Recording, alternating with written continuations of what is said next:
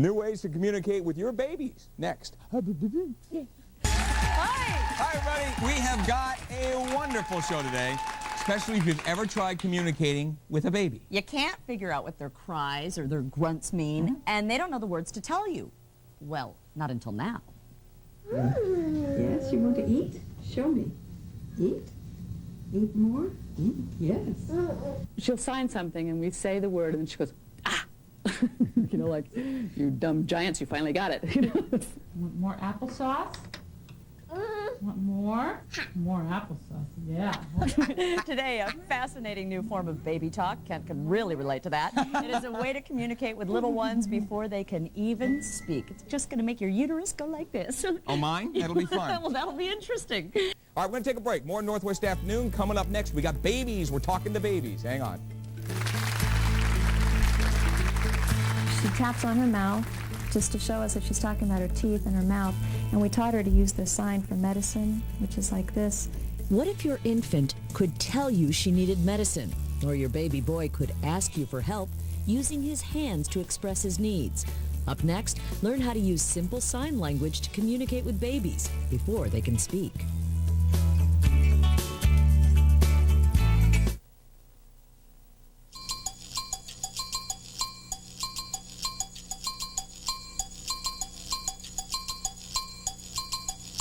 Apple. I'll give you something to eat. Good girl. Airplane.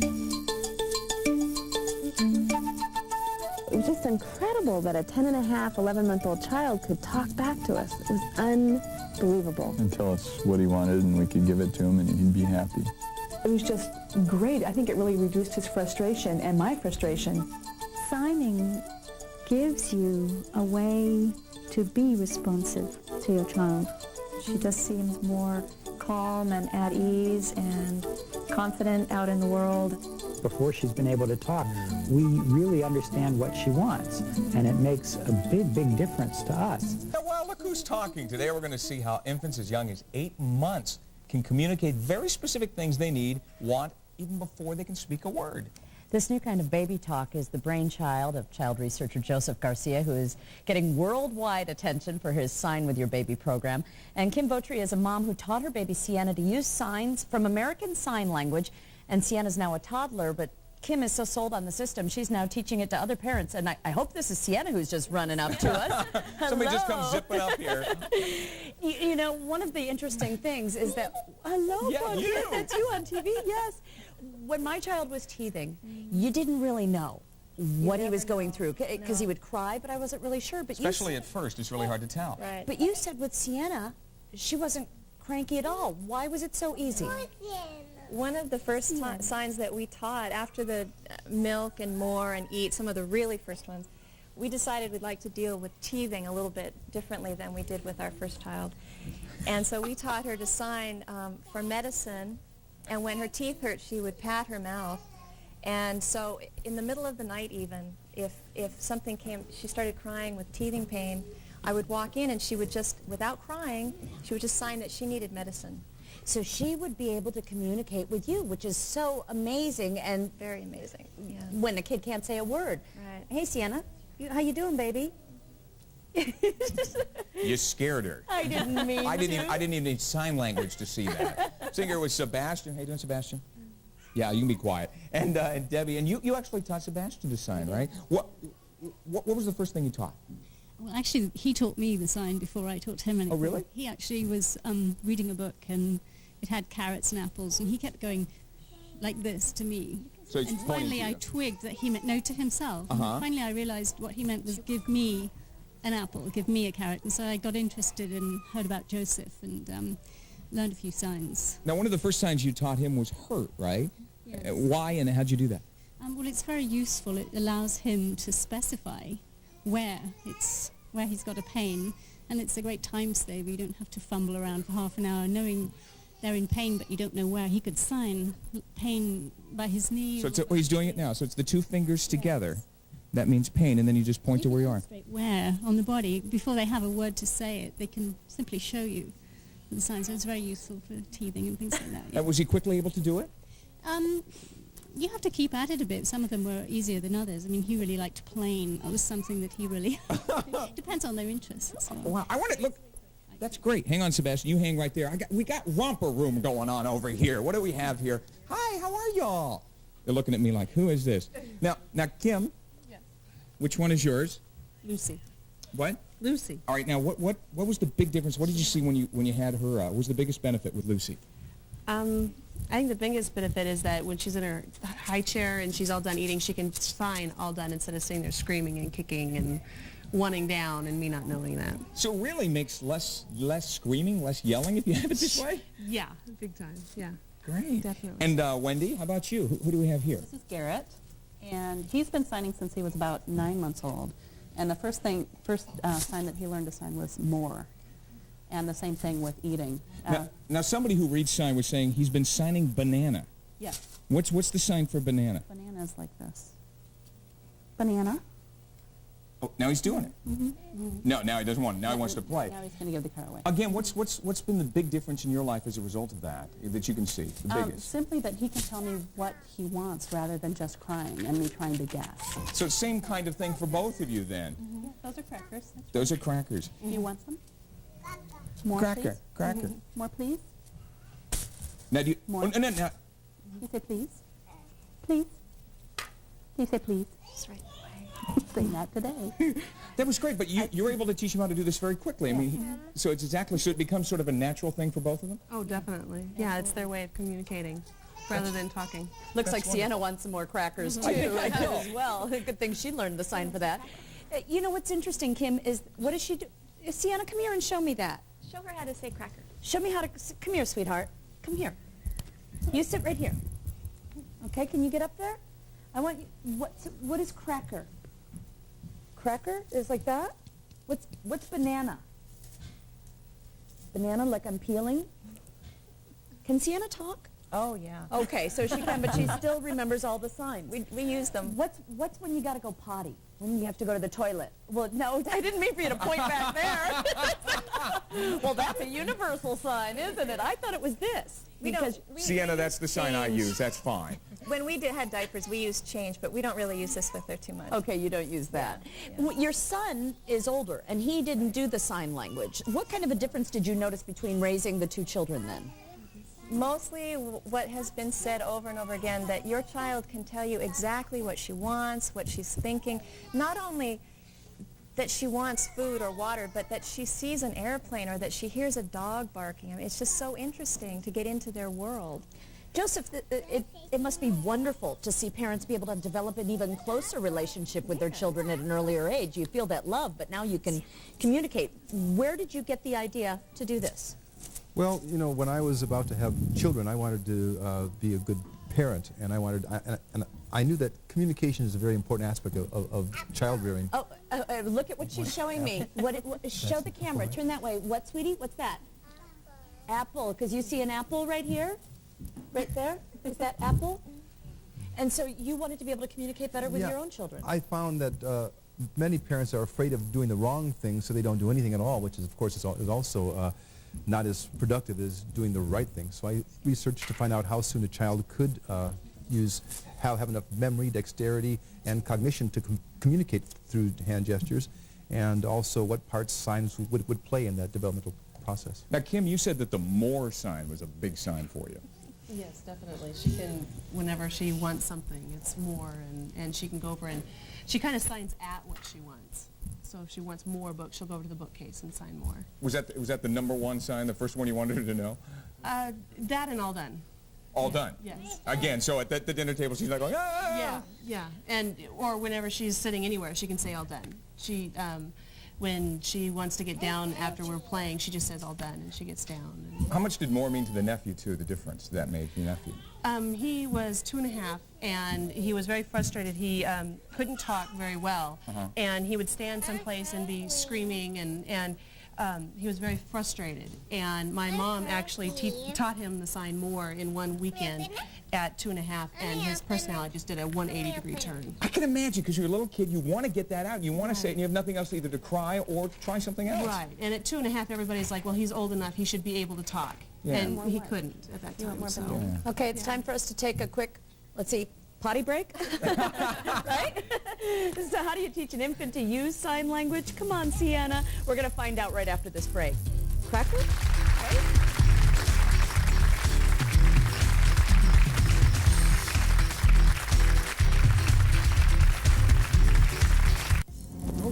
As any parent will tell you, there's nothing more frustrating than to have your little one crawl or walk up to you crying and you don't know what's wrong. The concept is to teach your child to present their injury to you so they can clearly communicate that and you can take care of it.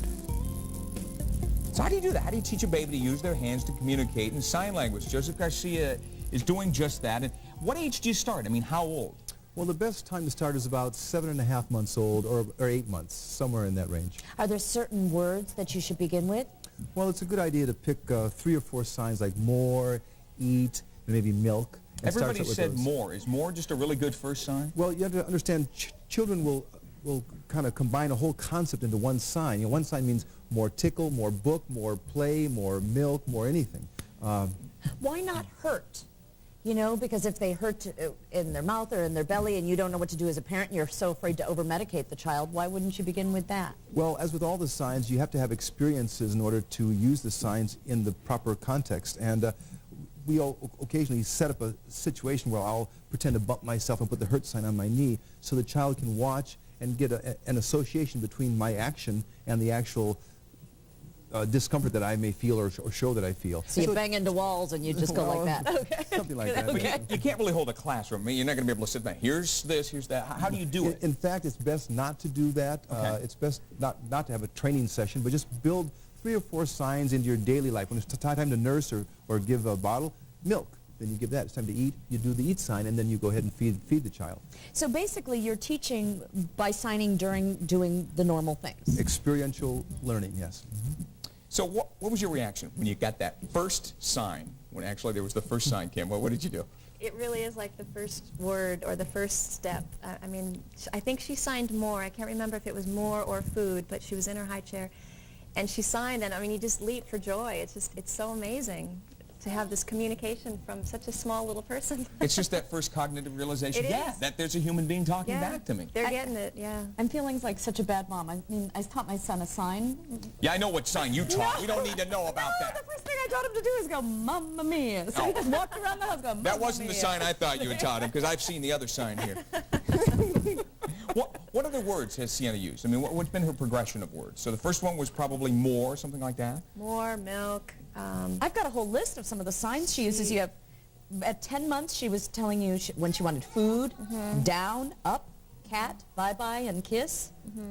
And then by 12 and 13 months, she could talk about bears, medicine, airplanes, and baths, brushing What teeth. we did often was we'd have just a regular board book, any favorite book, and we would learn signs like bear and mouse and rabbit, all the things that you see in their favorite little books, and we would learn all those signs and then read the book with it. So Goodnight Moon, she would sign the moon, or some little bear story she'd be signing for bear. And so would you just make up your own signs too, though, as opposed to going with the sign language for, for the deaf? She sometimes made up her own sign.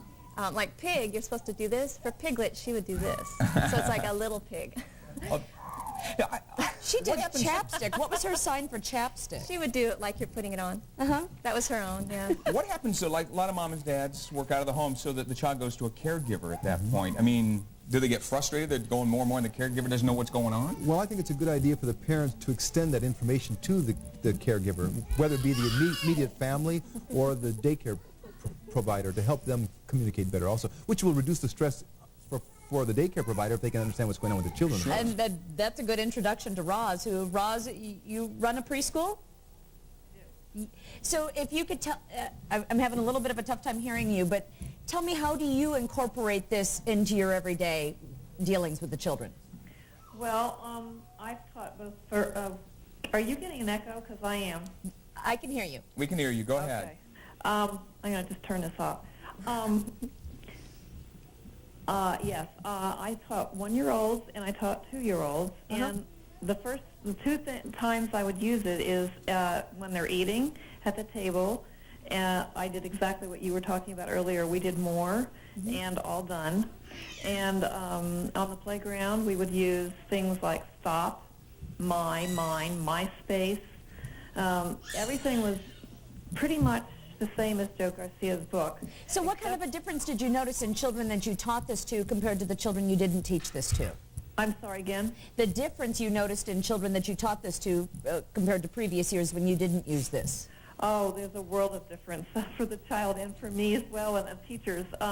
It's so much less stressful when you're able to communicate your needs as a child and to us, and for us to be able to understand what it was they were trying to say so they didn't have to yell and scream at us. So it made for a lot less stress, and it's a wonderful way of diffusing their frustration. Well, I'm getting frustrated right now because I don't understand the language. She's going fish, isn't she? Sienna, what are you doing? Show me what you're... Fish? Show me. Fish? Just turn to the camera, sweetheart. Do your hand. Do your hand. Show them what you're doing.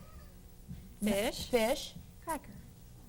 So you want cracker. a goldfish cracker. That's how you know between getting a saltine and a goldfish cracker? You know, it's amazing. I'm just thinking about it. My kids both did bye-bye before they did anything else. Exactly. So it just makes sense that they would be able to do these things. Children reach and grasp and point for things, which are gestures. You know, it's just that what we're offering here is a more refined, sophisticated form of that gesturing so that they can be real specific about things. What was that gesture where the dress comes up? Is that a dress? That's party girl, I think. Look at my pretty tights. All right, hang on a second. Party girl, come here. I want to find out next, could signing actually help your child speak earlier or perhaps even lead, who knows, to a higher IQ? We'll find out.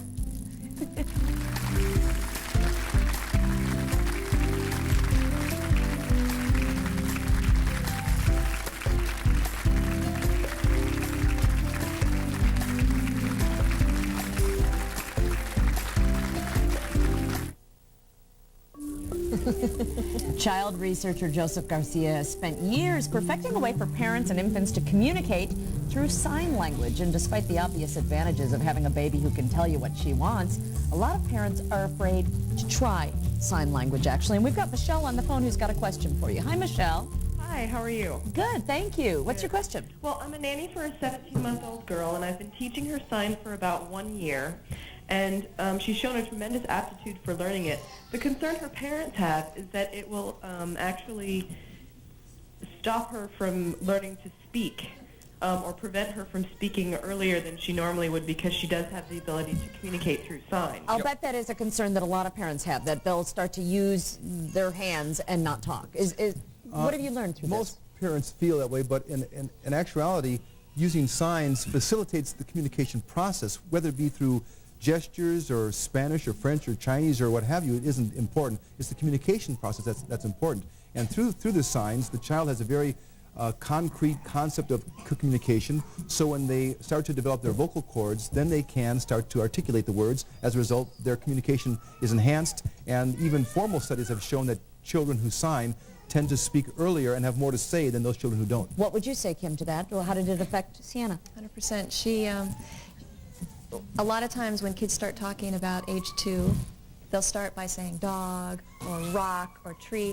She skipped all that because she did that when she was 7 months or 9 months old. She did those single words. When she started talking, it was full sentences, it was complex thoughts, it was putting together her experiences with what she had seen and heard and felt, and it was just... Oh, it must have been remarkable. We have Alice on the phone, who's a speech pathologist, and Alice, I want to ask you, I need help immediately. Alice, what about those who are talking late? I mean, if you're a late talker, is this a good thing to do? Does this help? What's been your experience? Absolutely. I think the most important thing is to give these kids just like Joseph was saying, give them the opportunity to know that, yes, I can communicate with adults, and I can do this through using my signs. And it not only decreases their frustration, like everybody else has been saying today, but also gives them a way to communicate and promotes their language development. Did you try this with your own child? I did. I have 2 children that I used it with, and they, started speaking a little bit earlier than normal, I think. Mm-hmm. And I also use it in my practice with toddlers and young children that come to see me that aren't talking I want to ask, Kim, Sienna's starting to speak now. I mean, she's definitely speaking. What happens to the signs? Do they go away, or what goes on there? They mostly go away. She uses them still frequently. She was going for goldfish here. She wanted goldfish. Yeah, sometimes when toddlers start talking, their words aren't always easy to understand. And so she may say what is her cracker, but no one gets it. And finally she says, oh, all right. You know, and she uses the sign as the backup that she knows everyone understands. So. I'd love to go out to the people in the audience. Let's see, is Rob there? Okay, Rob, now how old is your child now? Mason's now 4.5. So does he use the signs still? Do we use signs at all, Mace? Yes. Yes? What signs do we use? Me? That's the sign for Dad. Dad, use signs. Yeah, that's pretty universal. Yeah, right. Dad. We have a couple of signs that we still use. One of them is the toilet sign we use. We can use that across a room to kind of remind them before we're going to leave. Perhaps we're at a party, we want to go. And you don't want to hear your We don't say, hey, go saying, to the bathroom. Yeah, right. You know, it's kind of a subtle thing. And we've also, we like to use the sign, what's this mean? I love you. I love you. We love to use that one. Can I see you do that one? Oh, don't make him do it on TV. No. Good gosh. Now, Oh. Sienna has a brother, right? Yes. Did he sign too? No, he learned with us when Sienna was an infant. Oh, so he learned as it went along. He learned as later. it went along. That must be interesting to see how then children can communicate with other children, you know, when they can't speak. It's like kids have their own language anyway. We also found that babies tend to learn from other siblings even faster than from parents in many cases. Why is that? They can relate with each other possibly better. They don't see the parenting figure, the authority figure. It's just interaction between children.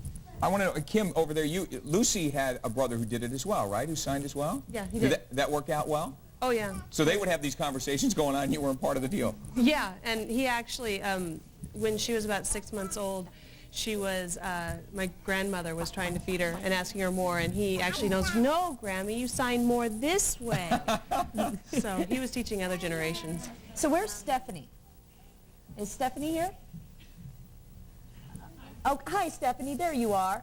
I was wondering, now, do you have a question for the doctor regarding this kind of language? Well, I just wanted, this is Jordan, and Jordan was diagnosed with a brain tumor at 7.5 months old and had it taken out. And following the surgery, he had vocal cord paralysis. And so he's done, you know, lots of chemotherapy, but does not have much of a voice. And so I was just wondering what you would recommend for using some sign with him. Sign has been used very effectively with special needs kids on all levels. I have a background in working with mentally retarded children also and adults, and we use sign very effectively with them also. So for a wide varieties of communicative disabilities, it works quite well. In fact, Lisa's on the phone. Lisa, you have some experience with this too? Yes, I have a brother-in-law who I started knowing at about 3 years old, and he had been signing for about a year and a half, so from the time he was 18 months old. And he not only has Down syndrome, but he's autistic as well. And the sign language has facilitated him to have the same reading grade level as the other children in his classroom. He's now 10 years old. Really? Yes, it started his communication at such an early age. He was just crawling when I met him, yet he could find probably over 50 different signs. He could let people know what his food desires were. He could say mother, father, fish cracker. How rewarding. That's wonderful. Yeah. And, you know, consequently, I have 3 children, and I was able to use those same principles with my children. And one of the most wonderful ones is the sign for waiting. And so my kids would be in their high chair, and they'd sign waiting. So it taught them patience. So I bet they still get impatient sometimes, though. Even when I get the sign to wait, I get impatient. Up next, the parents love it, but what do you think the kids think? We'll see if former baby signers have anything to say about it now, or what kinds of signs they'll show us to tell us.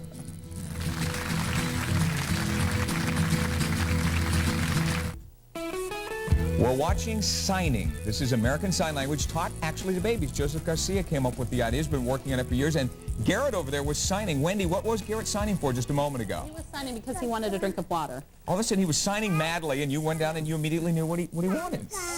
I want to go to Jennifer on the telephone. Jennifer, is this something you use in your family? You bet. I'm the mom of Savannah, who was in Joseph's video. Oh. Yeah, and Savannah is now 2.5. And the reason I'm calling in is because she is now teaching our 10-month-old son, Isaiah, to sign, and so they get their little conversations going. What's that like to be able to see your children actually communicating and knowing the words when they're so young? It makes me cry. Does it? She's so excited to be involved with him, and he's so excited, of course, to be doing signs. He does more and all done now. Does it reduce the crying? A couple of mothers had said that, the crying and everything else? You bet. Because you don't have the frustration. Exactly. And it not only reduces the crying, but it builds their excitement in life. Savannah was just exuberant when she was signing and learning all of her signs, and Isaiah's just following right in her footsteps. You must have to keep an eye on them, though, because if you start signing and you're not watching, that'll really tick them off.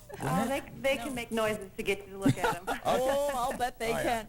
Zachary in our audience. Hey, Zach, can you sit up for a sec? I can't see you. Oh, there you are. How old is Zachary now? He's 3.5.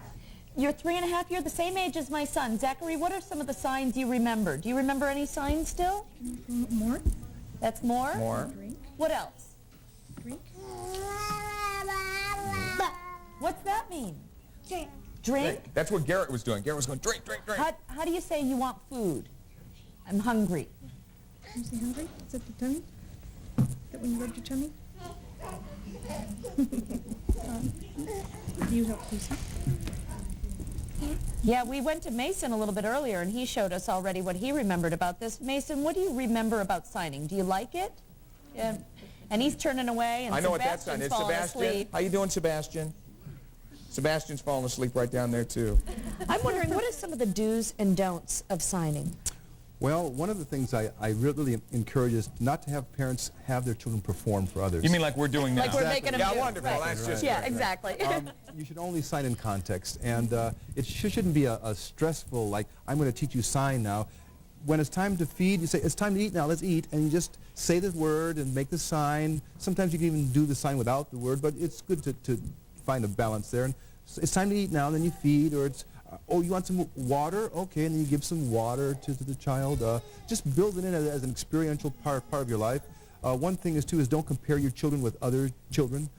Everybody develops at their own rate, and some will sign more than others. Some parents... Just like some speak more than others. Exactly. It's the same thing. Interesting. And also, some parents tend to over-anticipate the needs of their child. So the child has a bottle in their mouth before they're thirsty, they're put down for a nap before they're tired, they're changed before they're wet.